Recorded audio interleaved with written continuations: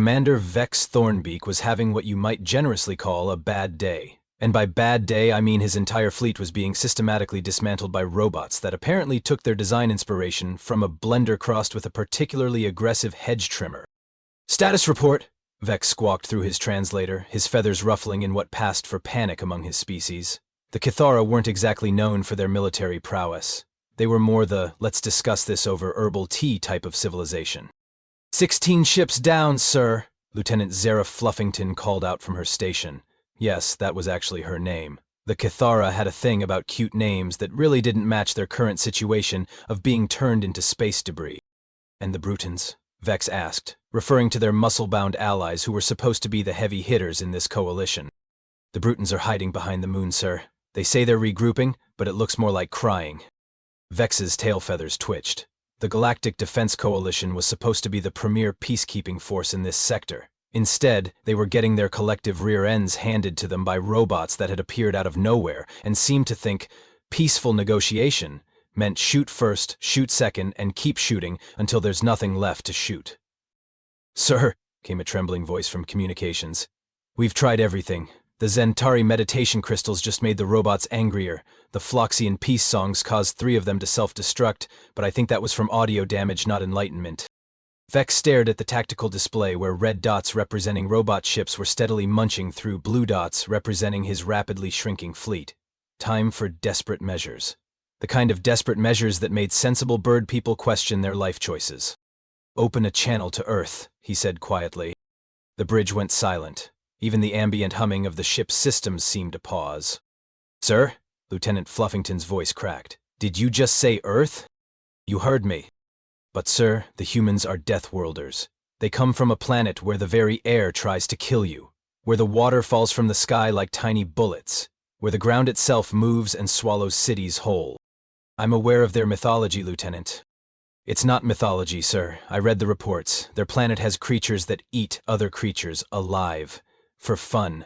And the humans not only survive there, they built cities and invented something called extreme sports because regular survival wasn't dangerous enough." Vex's beak clicked in annoyance. "The humans are probably just another species with good marketing. Half the stories about Deathworlders are exaggerated. Now open the channel." The communications officer's tentacles were literally trembling as she established the connection. A long pause. Then a crackling voice came through, sounding bored. "Yeah, this is Earth Defense Command. You've reached our automated system because, frankly, most of our calls are either telemarketers or people who dialed wrong. If this is an actual emergency, press 1. If you're trying to reach pizza delivery, that's a different number entirely." Vex looked around the bridge. His crew was staring at him like he'd just announced his intention to juggle live grenades. "We're pressing 1, he said. Another pause, then a different voice, equally bored. "Earth Defense Command, this is Sergeant Mike Collins. What seems to be the problem?" "This is Commander Vex Thornbeak of the Galactic Defense Coalition. We are under attack by unknown hostile forces and request immediate military assistance." "Hold on, did you say galactic? Like space galactic?" "Yes." "Huh, well that's a new one. Usually it's just noise complaints from the moon base. Let me transfer you to someone who handles the weird stuff." The line went quiet except for what sounded suspiciously like elevator music. "Sir," Lieutenant Fluffington whispered, "are we really doing this?" "We're about to find out," Vex replied, watching another of his ships explode on the tactical display, just how mythical Deathworlders really are. 3 hours later, Jake Murphy was having a perfectly normal day at his perfectly normal job of cleaning space stations, when his perfectly normal life got turned upside down by a phone call. "Murphy, get your butt down to Launch Bay 7, his supervisor barked through the intercom. "You're being reassigned." Jake looked at his mop bucket with the kind of fondness usually reserved for beloved pets. He'd been mopping this same section of Orbital Station Delta for 2 years now, and he'd gotten really good at it. Like, really good. He could spot a scuff mark from 50 meters away and had developed 17 different techniques for dealing with alien bodily fluids. "Reassigned to what?" he called back. "Military operation. Apparently we're needed somewhere called the Kepler's sector to help some bird people with a robot problem." Jake blinked. "We're needed?" "You, Rodriguez from engineering, and Captain Boulder from security. They said to pack for a long trip." 10 minutes later, Jake found himself standing in a launch bay next to Luna Rodriguez, who was wiping her hands on a grease-stained jumpsuit and Captain Rex Boulder, who was somehow managing to look heroic while eating a sandwich. "So," Luna said, "anyone else think this is either a really elaborate prank or we're about to become the universe's most disappointing rescue mission?" Luna was the kind of person who could fix anything with duct tape, determination, and a disturbing amount of colorful language. She'd learned engineering from YouTube videos, and had somehow managed to keep a space station running for 3 years using parts she'd ordered from a catalog that was probably meant for lawnmowers. "I prefer to think of it as destiny," Rex announced, striking a pose that might have been impressive if he wasn't holding a peanut butter and jelly sandwich. "The universe has called, and we have answered." Rex had been the security chief for exactly 6 months, during which time the most dangerous thing he'd dealt with was a tourist who'd gotten stuck in the gift shop's rotating door. But he'd watched every action movie ever made and was absolutely convinced that this was his moment to become the hero he'd always known he was meant to be. "Right," Jake said slowly. "So let me get this straight. Earth's military response to an alien distress call is a janitor, a mechanic, and a security guard?" "Hey," Luna protested. "I'm an engineer. I just happen to specialize in percussive maintenance." "You hit things with hammers until they work?" "It's a time-honored tradition." A harried-looking official in a uniform that had clearly been pressed in a hurry approached their group. "You 3 are the Kepler Sector Response Team?" "That's us," Rex said, somehow managing to make it sound like they were an elite strike force instead of 3 people who'd been picked because they were the only ones in the building. "Great. Your ship is the reasonable excuse. It's not much to look at, but it's got hyperspace capability and enough firepower to make a small asteroid think twice." Jake looked at their assigned vessel. It was the kind of ship that made you wonder if the designer had ever actually seen a spaceship before, or if they'd just been told to make something that flies and had done their best with a box of spare parts and a really optimistic attitude. "Are we qualified to fly this thing?" Luna asked. "You've all got basic space certifications, right?" "I have a learner's permit for atmospheric vehicles," Jake offered. "I can fly anything with an engine and a prayer," Luna said. "I have extensive experience with flight simulators," Rex added confidently. The official made a note on his tablet. "Close enough. Your mission briefing is in the ship's computer. Try not to start any wars." 20 minutes later, they were strapped into the bridge of the reasonable excuse, which was about as reasonable as its name suggested. The control panel looked like it had been designed by someone who thought buttons were just suggestions and switches were more of a guideline than a rule. "So," Jake said, reading the mission briefing, "we're supposed to help a coalition of alien species fight off robot invaders who are apparently kicking their butts across 3 star systems." "Sounds simple enough," Rex said, flipping switches with the confidence of someone who had absolutely no idea what they did. "Simple?" Luna stared at him. "We're 3 humans, with a second-hand spaceship, going up against robots that have been beating fleets of actual military vessels." "Exactly," Rex grinned. "The universe is about to learn what happens when you mess with Earth." Jake looked out the viewport at the stars ahead. Somewhere out there, aliens were probably expecting salvation in the form of humanity's finest warriors. Instead, they were getting whatever this was. "Well," he said, "this should be interesting." The reasonable excuse dropped out of hyperspace into what could generously be called a war zone, and less generously be called a cosmic demolition derby, where one side had forgotten to bring sledgehammers.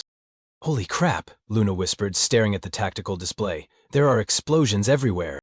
"It's like the 4th of July, but with more screaming and fewer hot dogs," Jake observed. Rex was practically vibrating with excitement. "This is it, people.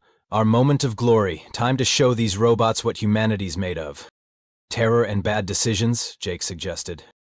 Before Rex could deliver what was undoubtedly going to be an inspiring speech about courage and destiny, their communications system crackled to life. "Unknown vessel, this is Commander Vex Thornbeak of the Galactic Defense Coalition. Please identify yourself and state your business in this combat zone." "This is Captain Rex Boulder of the Earth vessel Reasonable Excuse," Rex announced, somehow making their ridiculous ship name sound official. "We received your distress call and are here to provide assistance." The line went silent for a long moment. Then, "Did you just say Earth?" "That's right. Terra, Sol 3, the big blue marble. We're here to help." Another pause, then frantic chittering in what sounded like at least 3 different languages. Came Vex's voice, considerably less composed than before. "Are you actually claiming to be Deathworlders?" "Death what now?" Luna asked. "I think he means humans," Jake said. "Apparently we have a reputation." The communications channel erupted in what sounded like a committee meeting having a collective nervous breakdown. Jake could make out phrases like, impossible, they're real, and we're all going to die. Okay, Rex said. I'm getting the feeling we're missing some context here. Coalition vessel, Jake said, taking over communications because Rex was starting to look like he was about to declare himself Emperor of Space. We're a bit confused about the whole Deathworlder thing. We're just humans, from Earth. We fix stuff, we clean stuff, and apparently we're pretty good at breaking stuff when we need to. You fix stuff? Vex's voice cracked. Yeah, Luna here can fix anything. Jake's great at cleaning up messes, and I'm excellent at improvising solutions, Rex added. But you're from Earth, came a different voice, presumably Lieutenant Fluffington. The planet where the sky attacks you with frozen water projectiles. You mean hail? Luna asked. Yeah, that's annoying, but you just go inside when it happens. Go inside? The alien voice rose an octave. But the inside has predators. What predators? Jake asked. The reports say your homes are infested with 8-legged creatures that can kill you with a single bite. Oh, you mean spiders, Luna said. Yeah, most of them are harmless. We just squish the big ones. You squish them? With newspapers. Or shoes, whatever's handy. The communication channel went quiet except for what sounded like someone having a panic attack. Listen, Rex said. We can discuss Earth's wildlife later. Right now, you've got robot problems, and we're here to help. Where do you need us? You're actually going to fight? Vex asked. That was the plan, Jake said, unless you'd prefer we just watched. But the robots have weapons that can melt steel at 1,000 meters. That's hot, Luna observed, but not as hot as the foundry I used to work at. Plus, these ships have shields, right? Shields that are failing under concentrated fire. Then we'll have to be creative, Rex said. Jake, what do you think? Standard human problem-solving approach. Jake looked at the tactical display, where Coalition ships were hiding behind asteroids while robots methodically hunted them down. I'm thinking we need to get their attention first. Draw them away from the civilians. Civilians? Vex squawked. Those are military vessels. Really? Luna peered at the display. They're hiding behind rocks. Where I come from, that's what you do when you're not ready for a fight. We're not ready for a fight. These robots have been destroying everything in their path for 3 cycles. 3 cycles? Rex asked. How long is a cycle? 47 of your Earth days. Jake did the math. So they've been getting beaten up by robots for almost 5 months, and they're still trying the same hiding behind rock strategy? It's called tactical positioning. It's called getting picked off one by one, Luna said. No wonder you're losing. Look, Rex said. We appreciate the briefing, but we're going to need you to back off and let us work. Jake, take us in. Luna, see what kind of toys this ship has. I'm going to figure out how to get these robots to chase us instead of them. Chase us? Vex's voice climbed another octave. Are you insane? Probably, Jake said cheerfully, firing up the engines. But we're here now, so let's see what happens. As the reasonable excuse accelerated toward the robot fleet, the Coalition communication channel erupted in panicked chittering. They're heading directly for the enemy. Without backup. Without a plan. Without any survival instincts whatsoever. Rex grinned. I love it when people underestimate us. To be fair, Jake said, I'm pretty sure we're about to underestimate ourselves. The reasonable excuse cruised through the debris field like a tourist taking a leisurely drive through a particularly explosive neighborhood. Jake was actually whistling while he piloted, which was doing absolutely nothing for Commander Vex's blood pressure. Okay, Rex announced, studying the tactical display with the intensity of someone solving a particularly challenging crossword puzzle. I'm seeing the problem here. The problem, Vex's voice crackled through the comm, is that we're facing an unstoppable robotic armada with weapons that can... The problem, Rex interrupted, is that you're playing defense against an enemy that doesn't get tired, doesn't get scared, and doesn't make mistakes. You're basically playing hide-and-seek with a bunch of really angry calculators. We're employing sound military tactics, Lieutenant Fluffington protested. You're employing sound military tactics against a conventional enemy, Luna said, currently upside down under a console with her legs sticking out. These things aren't conventional. They're machines. They don't care about your formations or your strategic positions. They just want to delete you efficiently. So what do you suggest? Vex asked, sounding like a man who is rapidly running out of options and dignity. We change the game, Jake said simply. Instead of trying to fight them on their terms, we make them fight on ours. And what exactly are human terms? Jake grinned. Chaos, improvisation, and a healthy disregard for safety protocols. The communication channel went quiet except for what sounded like someone hyperventilating. Okay, here's what we're going to do, Rex said, settling into full action Hugh mode. Luna, what have you found in our weapons systems? Well, Luna's voice came from somewhere inside the ship's guts. We've got standard plasma cannons, some kind of missile system, and what appears to be a mining laser that someone forgot to remove from the original ship's specifications. A mining laser? Vex asked. Yeah, it's designed to cut through asteroid rock. Not exactly military grade, but it's got serious power and range. That's perfect, Rex said. What about our shields? They're decent, but they won't hold up under concentrated fire for long. Maybe 10 minutes if we're lucky. 10 minutes is all we need. Jake, how's our maneuverability? Jake tested the controls. She's not pretty, but she's responsive. I can make her dance if I need to. Excellent. Here's the plan. Rex pulled up a holographic display that showed the current battle formation. See how the robots are moving in perfect formation? They're coordinated, which means they're probably networked. Take out the command ship and the rest should be confused for a few minutes. The command ship is in the center of their formation, Vex pointed out. It's surrounded by 37 combat vessels. That's the beauty of it, Rex said. They're protecting their most valuable asset, which means they're all clustered together. Luna, how wide is the beam spread on that mining laser? At maximum power? About 50 meters. Why? Because we're going to cut through their entire formation like a hot knife through butter. The communication channel erupted in panicked chittering. That's suicide. The laser doesn't have the range. You'll never get close enough. Actually, Jake said, running some quick calculations, if we use the asteroid field for cover and approach from below their formation, we could probably get within range before they realize what we're doing. But their sensors will detect you. Will they? Luna asked, emerging from the console covered in grease and looking pleased with herself. Because I just finished rigging our engine signature to match the local asteroid composition. As far as their sensors are concerned, we're just another floating rock. You can do that? Vex asked. YouTube is amazing, Luna said. You can learn anything if you're willing to ignore the part where they say not to try this at home. So, here's the plan, Rex continued. We drift in with the asteroids, get close enough to use the mining laser, and cut a line straight through their formation. That should take out their command ship, and probably a few others. And then what? Vex asked. Then we improvise, Jake said cheerfully. Improvise? Yeah, make it up as we go along, see what happens, roll with the punches. That's not a plan. Sure it is, Rex said. It's a human plan. We're really good at adapting to unexpected situations. Because everything on your planet is an unexpected situation, Lieutenant Fluffington muttered. Exactly. See, you're getting it. Luna had pulled up the ship's inventory. We've also got a full load of maintenance supplies, welding equipment, cutting tools, emergency patches, and about 3 tons of various repair materials. What are you thinking? Rex asked. I'm thinking that if we're going to be improvising, we should probably have some way to jury-rig weapons from whatever we find floating around after we break their formation. I like it, Jake said. Nothing says human engineering like turning garbage into weapons. You're all completely insane, Vex said. Probably, Rex agreed. But we're insane with a plan and a mining laser. Plus, what's the worst that could happen? We could all die horribly, Vex pointed out. True, Jake said, but we could also win. And honestly, hiding behind rocks wasn't working out so well for you anyway.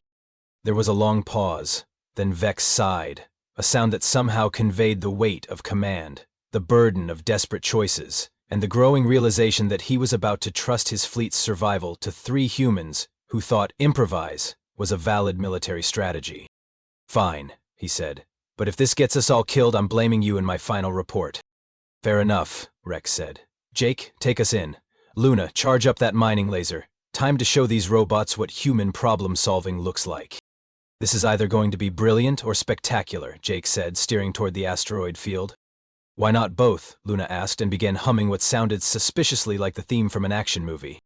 The reasonable excuse drifted through the asteroid field like a particularly determined piece of space debris, which was exactly what Jake was going for. The ship's modified signature was working perfectly, and the robot sensors were treating them like just another chunk of rock in a field full of chunks of rock.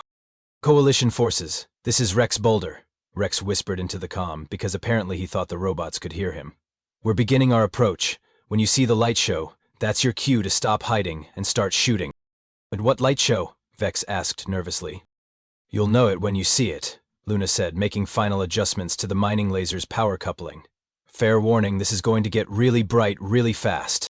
Jake maneuvered the ship between two particularly large asteroids, using their gravitational fields to mask their approach vector. It was the kind of precision flying that would have impressed a lot of people if anyone had been paying attention to anything other than the impending collision with 37 heavily armed robot death machines. Distance to target? Rex asked. 2,000 meters in closing, Jake reported. Their formation hasn't changed. They're still in perfect geometric alignment. Perfect, Luna said. Makes them easier to hit. It's like they're begging to be cut in half. Robots don't beg, Vex pointed out. They're about to start, Rex said grimly. 1,000 meters, Jake announced. Still undetected. Through the viewports, they could see the robot fleet hanging in space like a collection of angry metal sculptures. Each ship was identical, angular, and radiating the kind of menace that suggested their designers had prioritized intimidation over aesthetics, which, to be fair, had been working pretty well on the coalition forces. 500 meters, Jake said. Luna, you're up. Mining laser, charged and ready, Luna announced. Rex, you might want to hold on to something. This is going to kick like a mule with anger management issues. Fire when ready, Rex said, gripping his chair like he was about to ride a particularly aggressive roller coaster. Luna pulled the trigger. The mining laser lit up space like someone had decided to relocate the sun. The beam carved through the robot formation with surgical precision, cutting through ship after ship like they were made of tinfoil instead of advanced alien alloys. The lead robot vessel, presumably the command ship, simply ceased to exist in any meaningful sense of the word. Holy crap, Jake whispered, watching the display as red dots started winking out of existence. Did we just vaporize half their fleet? Rex asked. Looks like it, Luna said, sounding surprised. That laser had more punch than I expected. The remaining robot ships immediately broke formation, their perfect geometric arrangement dissolving into chaos as they tried to figure out what had just happened to their friends. Without their command ship, they were operating on backup programming, which apparently hadn't included contingencies for surprise mining laser attacks.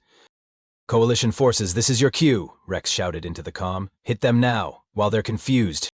They're not confused. Vex's voice came back. They're recalibrating. We have maybe 3 minutes before they adapt to the new tactical situation. 3 minutes is plenty, Jake said, spinning the ship around to face the scattered robot vessels. Luna, what else can we throw at them?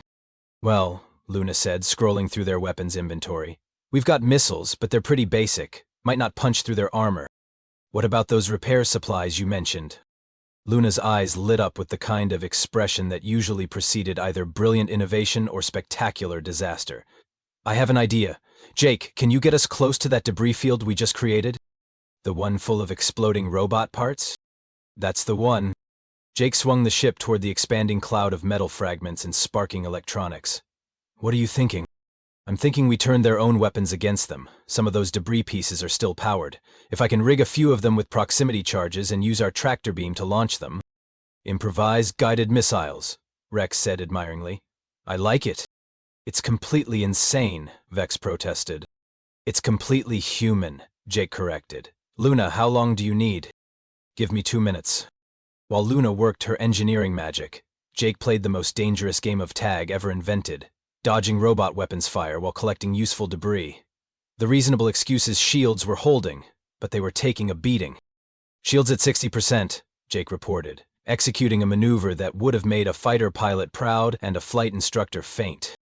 Almost got it, Luna said, sparks flying from her jury-rigged launcher. Okay, I've got 5 improvised missiles ready to go. They're not pretty, but they should pack a punch.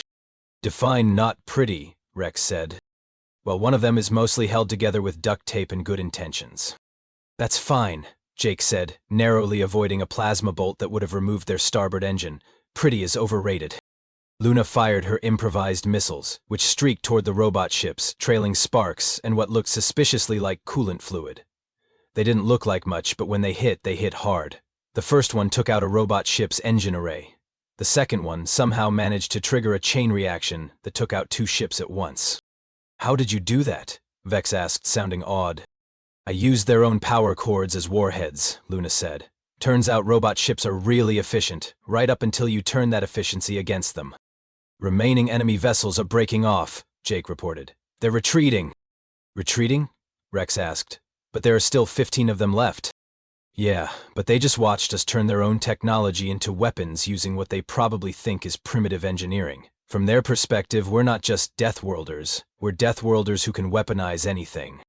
Can we? Vex asked. Pretty much, Luna said.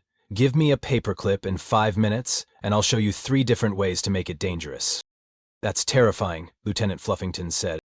That's Tuesday, Rex said. Jake, pursuit course? Actually, Jake said, watching the robot ships disappear into hyperspace. I think we should let them go. Let them go? Rex asked. But we're winning. Exactly. They're going to go back to whoever sent them and report that they got beaten by 3 humans in a second-hand ship who turned mining equipment into weapons and used their own debris as ammunition. That's going to make them think twice about messing with anyone in this sector. Plus, Luna added, we're out of improvised missiles, our shields are down to 30%, and I'm pretty sure I just voided the warranty on half our systems. So we won, Vex asked, sounding like he couldn't quite believe it. We won, Rex confirmed. Coalition forces, this is Captain Boulder. The robot threat has been neutralized. The sector is secure. The communication channel erupted in cheering, chittering, and what sounded like several different species having celebrations in their native languages. How? Vex asked. How did 3 humans in one ship accomplish what our entire fleet couldn't? Jake looked at Luna, who was covered in grease and grinning. He looked at Rex, who was somehow managing to look heroic despite having a sandwich crumb on his shirt. Then he looked out at the debris field where the robot fleet used to be. I think, he said slowly, it's because we're really good at breaking things. 2 hours later, the reasonable excuse was docked with Commander Vex's flagship, and Jake was discovering that alien hospitality involved a lot more ceremonial fruit than he'd expected. This is Claxberry wine, Vex explained, offering Jake a cup of something that looked like it might glow in the dark. It's reserved for our most honored guests. Honored guests? Jake asked, accepting the cup with the kind of caution usually reserved for handling live explosives. You saved our entire fleet, our entire sector. You're heroes. Rex was practically glowing with pride, which was either from the praise or from the 3 cups of alien wine he'd already consumed. Just doing our job, Commander. Earth stands ready to help its allies. Earth has allies now? Luna asked, currently upside down under what appeared to be a Cathara navigation console, because apparently she couldn't stop fixing things, even during a victory celebration. After today? Earth has whatever it wants, Vex said seriously. I've already sent a priority message to the Galactic Council. The humans are to be classified as a Class A civilization with full diplomatic privileges. What were we before? Jake asked. Class X. Theoretical. We weren't entirely sure you actually existed. And now? Vex looked at the tactical display, which was still showing the debris field where the robot fleet used to be. Now you're classified as a strategic asset. Approach with extreme caution. Do not engage in hostile actions. Recommend immediate alliance. That seems a bit much, Jake said. Is it? Vex asked. You turned mining equipment into weapons, improvised guided missiles from debris, and somehow convinced 15 enemy vassals to retreat by demonstrating that you could weaponize their own technology. What would you call that? Tuesday? Luna suggested from under the console. Exactly my point, Vex said. What you call Tuesday, we call impossible. Lieutenant Fluffington approached the group, carrying what looked like an official document covered in seals and ribbons. Commander, the casualty reports from the other coalition fleets. How bad? Vex asked. That's just it, sir. We had 0 casualties. Total fleet damage was less than 5%, and most of that was from the initial robot attacks before the humans arrived. 0 casualties? Rex asked. The robots were so focused on the human ship that they completely ignored us once the battle started. It was like watching someone try to swat a particularly aggressive insect while ignoring a flock of birds. We're the insect in this metaphor? Jake asked. You're the insect that somehow convinced the swatter to break itself, Vex said. I'm not sure what that makes you, but it's definitely not something we want to fight. Luna emerged from the console, wiping her hands on her jumpsuit. Your navigation system was running at about 60% efficiency. It should work better now. You fixed our navigation system? Lieutenant Fluffington asked. It was making a weird noise. I couldn't concentrate with all that clicking. Elaborate torture. That clicking was our primary guidance computer. Yeah, it had a loose connection. Should be fine now. Vex made a note on his tablet. Add involuntary technical support to the human threat assessment. We're not a threat, Jake protested. You're beings who can weaponize anything, fix problems we didn't know we had, and approach mortal combat with the casual attitude most species reserve for recreational activities. You're absolutely a threat. You're just a friendly threat. I can live with that, Rex said. Speaking of living, Vex said, we'd like to invite you to visit the Coalition homeworlds. As honored guests, of course. There would be parades, ceremonies, probably some kind of statue. That sounds nice, Jake said. But we should probably get back to Earth. We've got jobs to get back to. Jobs? Vex asked. Yeah, I've got a space station to clean, Luna's got engineering work to catch up on, and Rex has security duties. You're going back to your regular jobs? After this? Well, yeah. This was just a quick trip to help out some neighbors. We can't just abandon our responsibilities. Vex stared at them. You consider us neighbors? Sure, we're all sharing the same galaxy, right? That makes us neighbors. And you'd come back if we needed help again? Of course, Rex said. That's what neighbors do. Vex was quiet for a long moment. Then he updated his tablet again. Revising threat assessment. Humans are not just strategically valuable, they're nice. Nice? Lieutenant Fluffington asked. They like us because we asked for help. Not because they wanted something, not because they were obligated to, but because they thought it was the right thing to do. When was the last time we encountered a species that was both terrifyingly competent and genuinely altruistic? Never, Lieutenant Fluffington said. Exactly. That's what makes them so dangerous. They're not just capable of incredible violence, they're capable of incredible kindness. And they don't seem to understand the difference.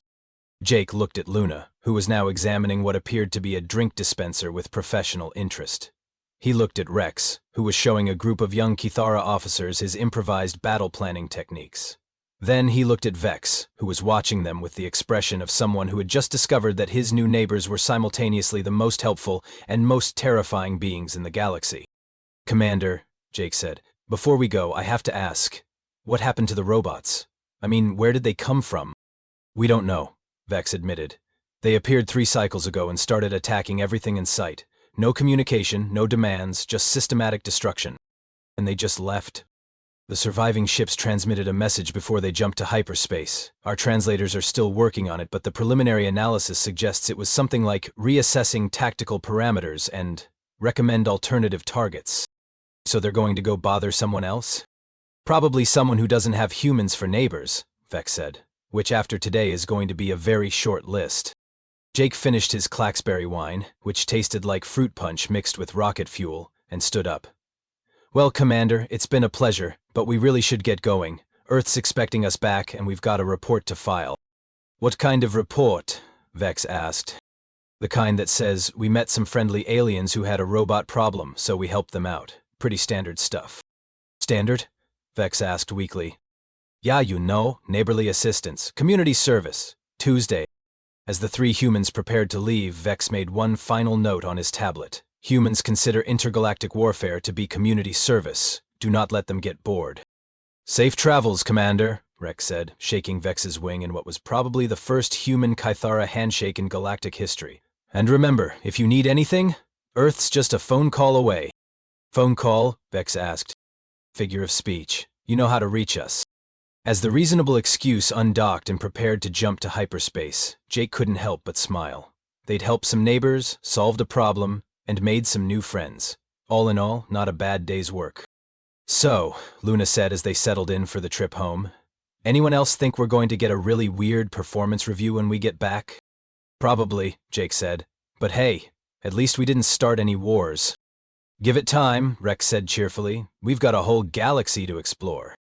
Behind them, the Coalition fleet was already spreading the word. The humans were real, they were friendly, and they were absolutely not to be messed with. The galaxy, whether it knew it or not, had just gotten a whole lot more interesting. And somewhere in the depths of space, a robot fleet was updating its threat assessment database and quietly deciding that maybe, just maybe, it was time to find a new line of work.